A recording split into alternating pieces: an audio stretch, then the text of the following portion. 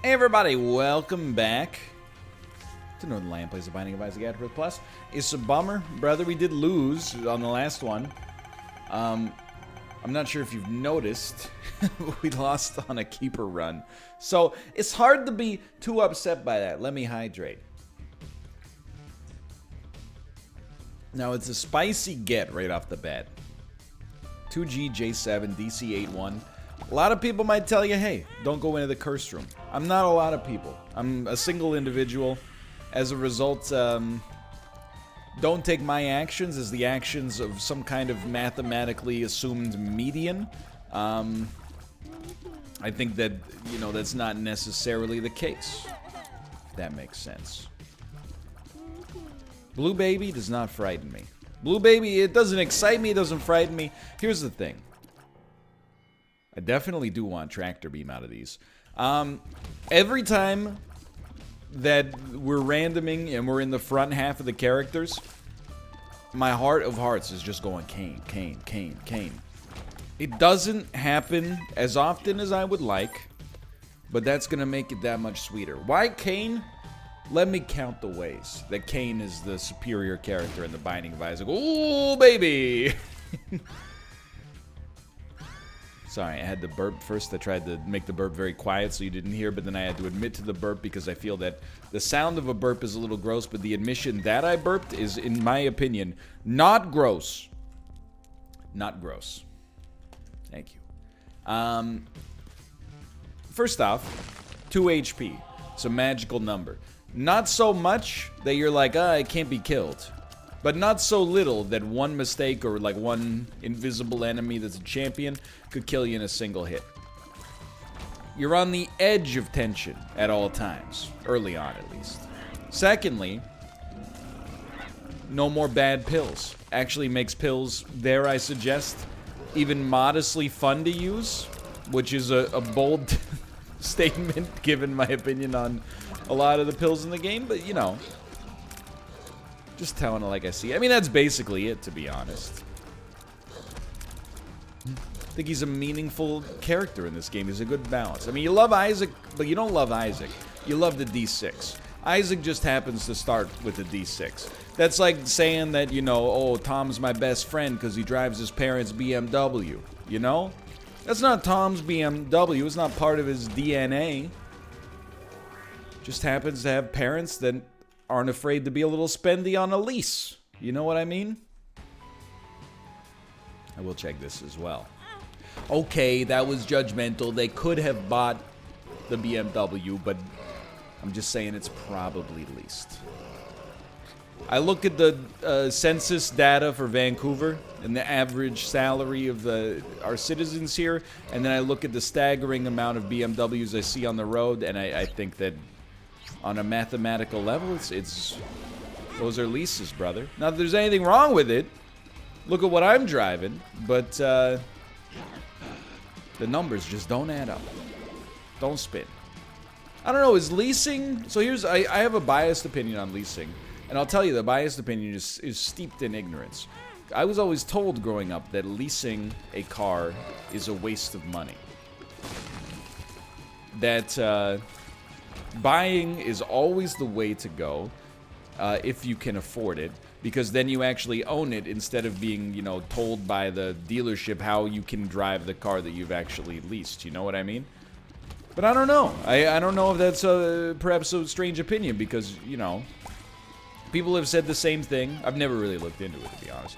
People have said the same thing about, like, renting a place versus buying a place. They're like, oh, renting is always stupid. You know, you're always giving a landlord your money. You're paying your landlord's mortgage when you could be paying your own mortgage on the floorboards of your Ford Taurus, getting a divorce from Harrison Ford, paying your landlord's mortgage. Anyway, I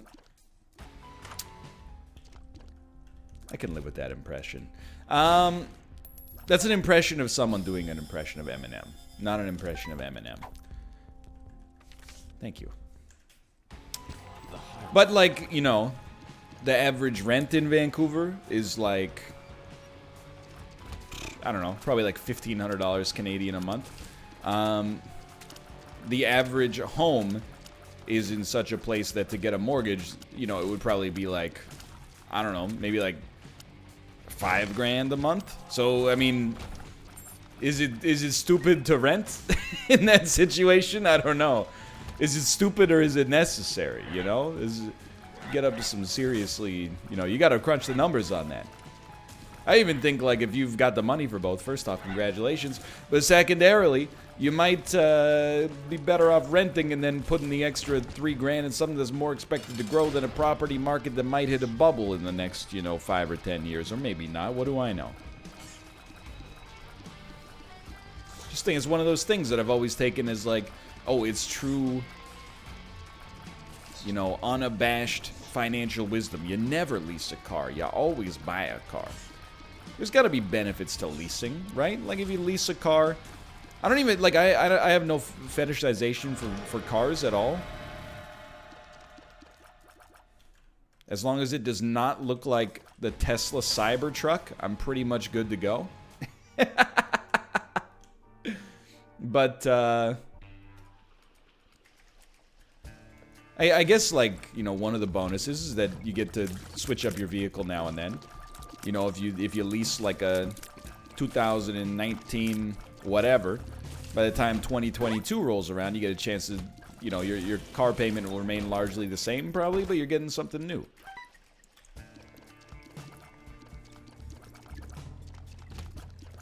Also, it's usually cheaper, which is fair.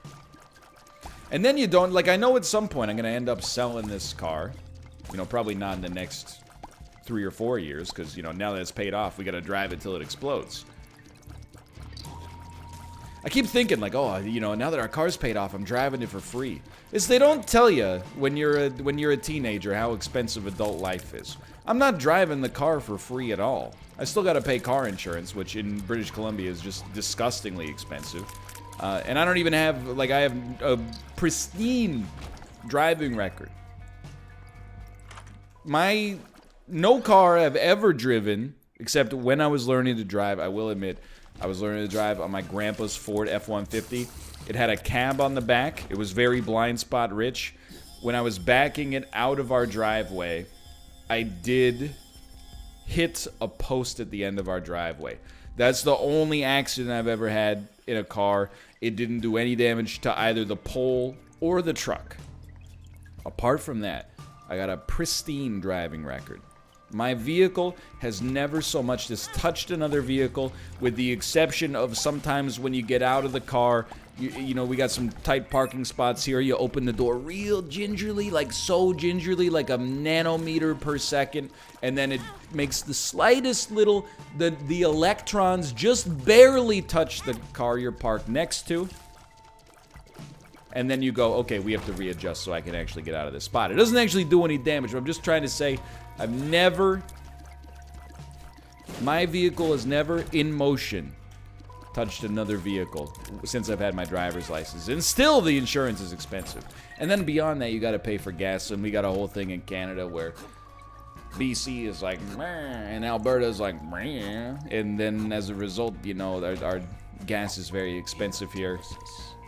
Which really is not that big of a deal for us because we drive, like, you know, in Canadian, aka metric system terminology, we probably drive like less than 50 kilometers a week, so not really a huge problem. But it's not free. It's just a little cheaper. You're no longer paying for the, you know, the car itself. But you are still paying for the stuff that the car consumes, the stuff that the car emits, the road that the car drives on, the eventuality that, or the chance that your car will hit another car and as a result lead to you being sued, which is your car insurance payment right there. The air you breathe, the water you drink, the dreams you have, and the ones you give up on get taxed doubly. So we got, you know, insurance for our domicile this week. And every time I think about insurance, I always think about this joke that Chris Rock told. And it's still... I know you're like, oh no, don't say it. No, it's not one of those jokes. But I always think about it, and still to this day, I do not understand the joke, and I also do not understand how it received like a standing ovation when he said it. The joke goes like, so insurance is when we pay money just so, you know, to make sure in case something happens. If that something doesn't happen, shouldn't we get our money back? Sorry, I gotta take a look here because we're expecting to receive a telephone call. And it's a very important telephone call. I'm gonna mute myself and then remind me about the Chris Rock thing.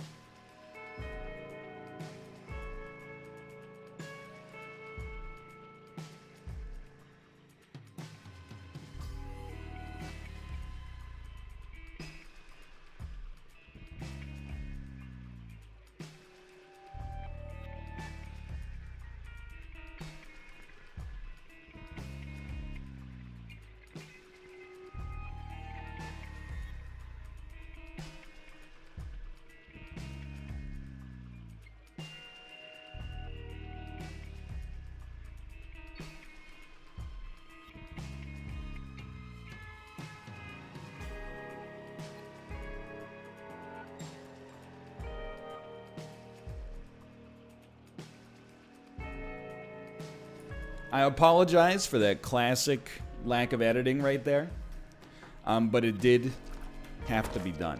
Anyway, the Chris Rock, the bit goes, if insurance is money you pay, I'm trying to get back into it. Insurance is money you pay in case stuff happens. If stuff doesn't happen, shouldn't you get your money back? No? But the audience loved this joke. They ate it up. They stood and applauded. They handed him a crisp $100 bill. Albert Einstein showed up and said, "This is the greatest joke I've ever heard." I just, like, the joke doesn't make sense to me. I'm trying to step through it like a Zachtronics video game right now. But, like, okay, so you pay the insurance company, like, let's say you pay them $100 a month in case something happens to your home. If nothing happens to your home, why should they give you $100 back? Because the way that it works is like you pay them $100 per month, but if like your place burns down, all your possessions are covered up to like, you know, a staggering amount of money. It's not like they give you, you give them $100. And then if there's a fire, they give you $100 back. Look, I actually, like, I grew up, well, I was like an adolescent when Chris Rock was like by far the most popular stand-up comedian in like Earth's history. Maybe that's a little bit of an exaggeration. But, I love a lot of, you know, the jokes from those specials, even if not all of them have aged very well. But that's the one that I just never got. It just doesn't make sense to me. Shouldn't you just get your... I want to talk, not to him necessarily, because if it got the audience laughing, then who cares if it doesn't make sense? But I want to talk to the audience members. And I want to say to them, like, why did you laugh at this joke? Can you explain it to me? Because, like, if it's insurance company bad, ha ha ha, trust me, I get it. I mean, in Canada, I don't mind our insurance companies, to be honest, but I hear horror stories about American insurance companies all the time. I get it. I got no love lost for the insurance business. However, it just, like, the premise of the joke doesn't make any coherent sense to me. Let me put it that way. Now, I will tell you as well, this is, in the interest of 100% disclosure, this episode is now on a timer. We have a delivery approaching. Now, not like a food delivery, but this is like, it was one of those things where, you know, we had ordered, it was a piece of furniture, and they were like, okay, we'll be there, at some point between like 2 p.m. and 4 p.m. Well, it's 3:40 p.m. and they just called. I'm not the kind of guy who sits around with his thumb up his butt being like from 2 to 4 being like, I gotta be sure that I'm ready to make this call, you know? Or take this call. I'm the kind of guy who's like, I'm gonna get some work done, and if it interrupts, it interrupts. But what I don't want to do is be the guy who's like, you know, oh, I sat around from 2 to 3:15 and they never called. Now, like, that time is wasted. So maybe it's a little selfish of me, but at the same time, I'm like, come on. I feel like as a professional, you should expect that if you give someone like a window. I find the window very frustrating, even though I'm sure the workers also find it frustrating, because, you know, people are like, anywhere between 9 to 5, that's insane. And you're like, well, I got to set up the internet at 10 different places. Some places take 10 seconds. Some places take an hour and a half. We don't know until we get there, you know? I get it. But, like, if you give someone a window, you got to expect that they're going to give you a window, you know? You're going to be here sometime between 2 and 4? That's fine. I will be around sometime between when you arrive and 5 minutes after that fact. I'm not sure when my Isaac episode's going to be done. Some of them take 10 minutes and some of them take an hour. This one is on the quick side, thankfully, but we are, if you're wondering why I'm putting in a little bit of a rush job, there's your reason here. But I'm not depriving you of Isaac. If anything, this Isaac episode wouldn't exist were it not for the, for my time management dereliction of duty. Hold on. That was a really good get for us right there, to be honest, as well.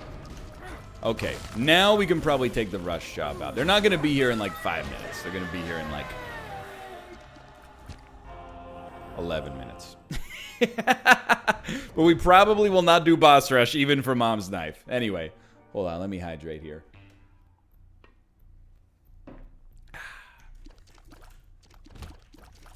I think if you, and you know, you should know that what I just admitted to is very hard for me to admit to, because as I've said on many occasions, I am an early person. You might, you know, we've been late for a couple streams this month.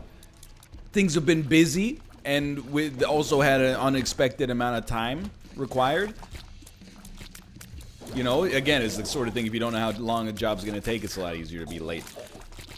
It's very easy after the fact, and I've been here, trust me. But it's very easy after the fact to be like, well, if you just started it 10 minutes earlier, you wouldn't have been 10 minutes late. Well, yeah, what I did was I approximated it was going to take half an hour to 2 hours. I gave myself 2 hours, and then it took 3 hours. So, you know, if I'd known how long the task was going to take to complete, I wouldn't be late. I'm not that kind of guy.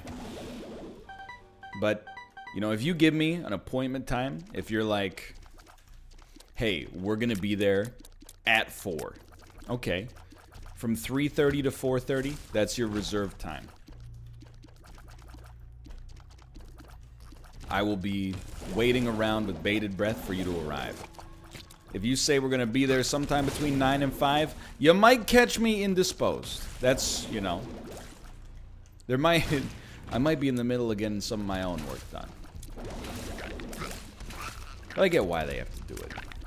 The ones, you know, a 2-hour window is very nice, honestly, most of the time.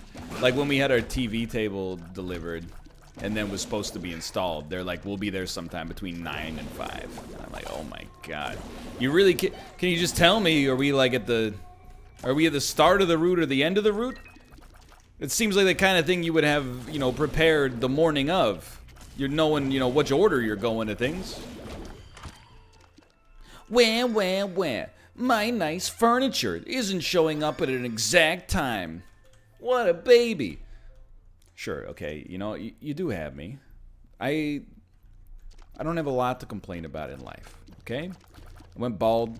I talk about it all the time. That's why I talk about it, because it's the only one of nature's injustices that hit me, you know? Apart from that, I'm doing okay. That being said, I brought this up on stream the other day, but, you know, Kate and I have had some stresses with the move. And sometimes we'll talk about something that's like genuinely stressful, and some 14-year-old kid on Twitter will be like, that's a first world problem. Let me hit you with some wisdom. Wisdom from the other side of 30, brother. All of my problems, more or less, are first world problems. Because I live in the first world. If I came to the stream or a YouTube video one day, and I had what you might describe as a third world problem, it would be insane. Can you... Every problem that most people complain about on Twitter is a first world problem. You don't need to hit them with first world problems over and over, you know? I feel like we've perverted the term first world problem. It used to be like, oh, you know, Starbucks didn't use enough cinnamon powder in my peppermint mocha, you know? Now it's like, oh, I got the wrong kind of cheese. Well, okay, no, that's still pretty bad. But now it's like, ooh, I fell down the stairs and broke my hip and ravioli on me. And everyone goes, oh, first world problem, must be nice to have stairs. Oh, what's it like to have stairs, Mr. Moneybags, blah, blah. Well, you know, it's okay. Can you imagine if I just showed up one day and was like, I have diphtheria? People would be like, what happened? Oh, that's only a second world problem. Okay, I don't know, all right? I'm getting myself into trouble. We're in a prickly area of conversation right now that I don't really want to go down with, if possible. I'm just saying, you know, we've been hit with a lot of, like, first world problems. And nothing is more annoying, because I have a compulsion. Whenever somebody insults me, I look at, like, their entire social media history. Someone will be like, hey, this is a first world problem. And then I look at, like, all their tweets and their reviews of fast food sandwiches. Or, like, I can't believe the Burger King on Henderson Street is still open after the way that they... Several times I've been there and I told them I don't want ketchup. Don't give me the ketchup. And they gave me the ketchup. And I keep telling them, don't give me the ketchup. They keep giving me the ketchup. That's like a zero with world problem, okay? Don't besmirch my problem by acting like we're in the same world on this problem. Your ketchup problem is a zero with world problem.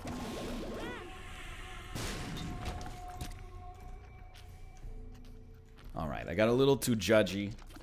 I apologized. Less judgy, more Junji Ito.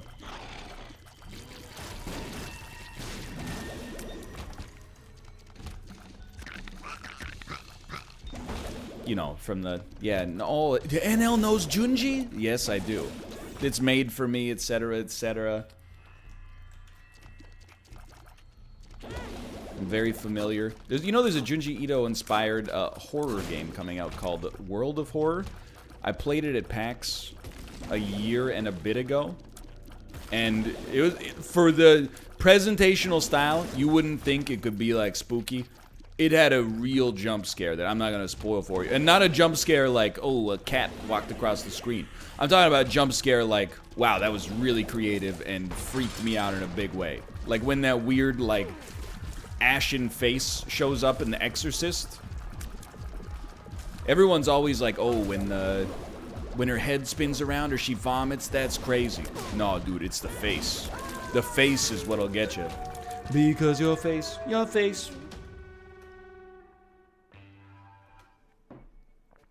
Anyway, moving on still. Just in general, like, I'm well adjusted, okay? Like, I don't struggle much with being... Let me rephrase, okay? Like, having every public action you ever take be open to thousands of people potentially judging, criticizing, and responding to you. Considering that... You know, like, I'm pretty well adjusted. It doesn't really bother me for the most part. It gives me fodder to go on these rants where people assume that I'm angry, but what I'm actually doing is feigning anger in order to be humorous. But let's, you know, whatever. I don't want to pull the veil back too much, ruin the broth, you know? But, if you want advice... you should use social media however you want to use it, because it only takes me half a second to block you if you're being a scumbag. But if you want to, you know, if that's what you want to do on social media, don't let me stop you. But if you tweet somebody and, like, you want them to, if your goal is to create, you know, joy in that person's life, don't ever tweet somebody assuming that they're gonna find it hilarious that you think the thing they're complaining about is petty. Because, yeah, maybe it is. mean, there are things that I find petty as well. Like if I saw if a celebrity was tweeting about, like, oh, my gardener didn't show up on time today, so my hedges don't look nice when the Vanity Fair photographer comes. Sure, in my head, I would be like, you know, come on, Chrissy, that's not that bad. But if I was a fan, I would never tweet them and be like, you know, oh, must be nice. Unfortunately, I wouldn't know what that's like because I don't have hedges. You know, like, the thing is, if you're gonna do it to other people could do it to you, and I don't think you would like it either. Because I see the problems people complain about on Twitter all the time, you know? If I'm like, my lunch order was screwed up, then someone's like, oh, I didn't even get to eat lunch today. Then someone replies and is like, I never eat lunch. Then somebody replies and goes, I've never eaten lunch. And somebody replies and goes, I've never eaten. And then somebody replies and goes, oh, you think it's cold in Vancouver? Well, I live at McMurdo Station in Antarctica, and it's minus 600 today. Must be nice to only be minus 10. You know, there's always somebody out there who's got another problem. Hold on, I have to... They're backseating my Bumbo play in Kate's chat, which just happens to be open. So I'm going to type, I am not even watching, but shut up, chat. Got him. By the way, Kate, the delivery will be here in like 5 to 10. I'm not using Yara because we don't have a lot of keys right now. Alright, this is the speed run. We've almost completed the perfect crime. Getting a little bit of work done while also handling my domestic responsibilities. It's a new era.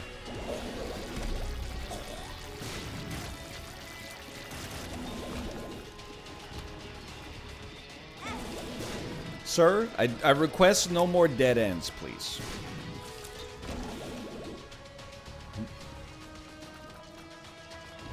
I'm losing it with respect to Bumbo. Everybody judges your Bumbo play by the worst episode. The last episode that I posted, I went infinite and never got hit. But everybody goes, how does NL not know 4 poops makes a poop? I know 4 poops makes a poop.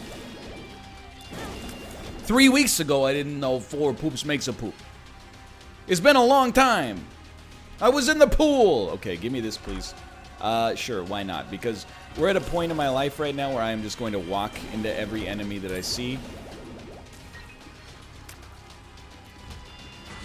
This is now... Don't judge my performance in Isaac based on this episode, okay?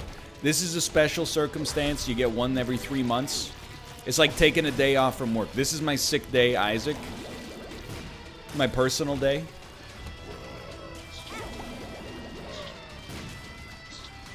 If I find one more dead ends, I'll be very upset.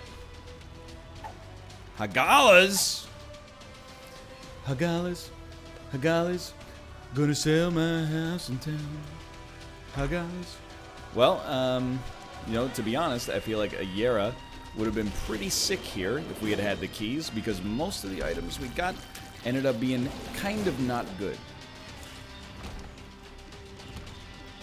I don't mean to complain about, you know, having a presence online. I hope it doesn't come across like that. I'm aware of the fact that most people, the vast majority of any sandpaper I feel about social media results from a very simple thing that's just very common in these sort of parasocial relationships. If you listen to me talk a lot, you might feel that there's like an assumed familiarity that allows you to speak to me the same way my friends speak to me, and it won't be offensive. But the reality of the situation is when Josh calls me a piece of garbage, you know, there's like 15 years of rapport that we've built up, and, you know, we've hung out in person a lot. I went to his wedding, etc., you know, like there's a scaffolding for that if I don't know who you are, you don't have access to that. So when Josh calls me a scumbag, I'm like, oh, he's one of my dearest friends. If somebody on Twitter that I don't know about calls me a scumbag, I'm like, what is this weirdo doing? You don't know me, like... I mean, you do know me, but I don't know you. It's part and parcel, and that's like the vast majority of what I would call toxicity on social media is not actually toxicity towards me. It's merely a situation where people treat me the same way my friends treat me. Well, at least they banter the same way my friends banter, but they don't recognize that you don't get the keys to the banter until later. You know, you think like I talk to people I meet randomly the same way I talk to Josh? Absolutely not. When I talk to a stranger, oh, thank you so much. That's so nice of you. I can't believe you said that. If Josh gives me a compliment, I'm like, yeah, whatever. Thanks or whatever.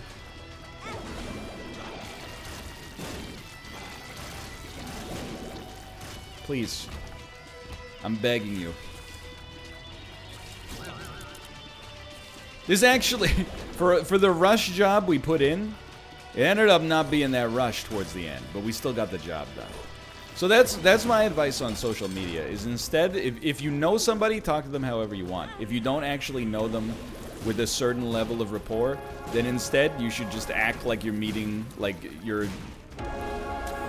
fiance's parents for the first time ever. Thank you, sir. Very good, sir. I disagree, sir, but I respect your opinion. Great Isaac episode today, sir. Anyway, for now, thanks for watching. Hope you enjoyed. If you did, click the like button. Up to the great deal. Of course, subscribe if you want to see more in the future. For now, thanks for watching, and I will see you next time. See ya!